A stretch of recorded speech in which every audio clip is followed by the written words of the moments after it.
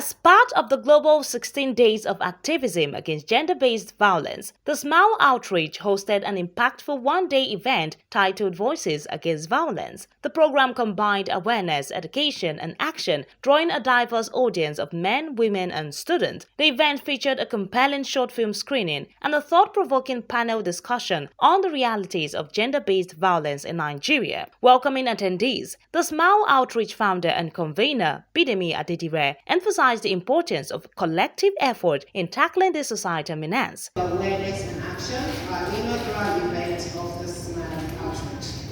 Today we gather with one purpose: to raise our voices, to empower our communities, and take meaningful action against gender-based violence. Now, I would like us to know that this event is actually coming up as a result of a campaign that we've been running for the past 3 years.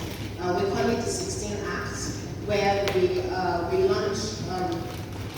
highlight actions to stop gender-based violence. Keynote speaker, founder Beyond the Classroom Foundation, Raquel Daniel, shed light on the various forms of gender-based violence. She highlighted that it extends beyond physical abuse to include psychological, emotional, and systemic maltreatment. Daniel pointed out the harmful role parental biases often play in perpetrating violence against the girl child, stressing the long-term impact of such actions. When she could not fight for herself. And so we have to make sure that all the cards are on the table and then the parents decide what they want to. So I want to say it's a family matter, it's actually a family matter. But it's not for the family to cover it. Because when you are done, you talk about the case, you go to court, you are just making noise, they come back home with it's still their name, it's their family name.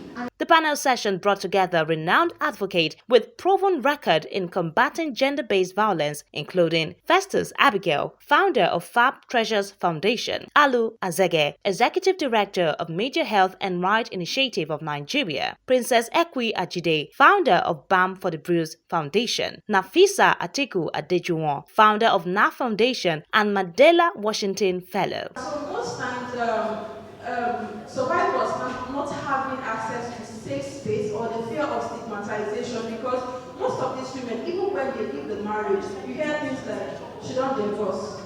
So some of these things put together is the reason why it's a challenge. So most of these women do not want to speak out.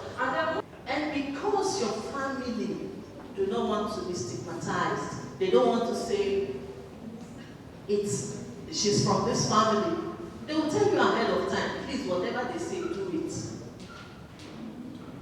Forgetting the health consequences, the psychological consequences, in fact, everything about it is bad for the woman. But because we don't want to be ostracized, we don't want to be called names, we want our families to love us, we don't want them to reject us. So we have to do whatever they ask us to do. That's violence. Right? So we need to take this conversation to the law enforcement officers themselves, right? To the government people, to the policymakers. So they begin to make policies for girls and women that defend them, that emphasizes their rights, that promotes their rights, right? That brings in their dignity back to them, right? In a manner that shows that when they become victims, when they become survivors, they are never the same again. When half of your population in a country like Nigeria is exposed to those sorts of dangers of violence and emotional manipulation and lots of things, you have to take a step back and say, how is this affecting the country as a whole?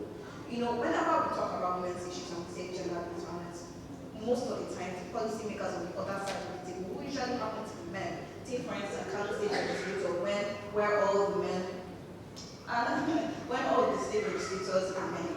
Times, just like we saw in that movie, they try to highlight a mistake of the perpetrator and put it on you. Remember the part where the man was... Attendees had the opportunity to engage directly with the panel, asking pressing questions that received insightful responses. The event was a resounding call to action, inspiring participants to raise their voices and take a stand against all forms of violence. Abuja praised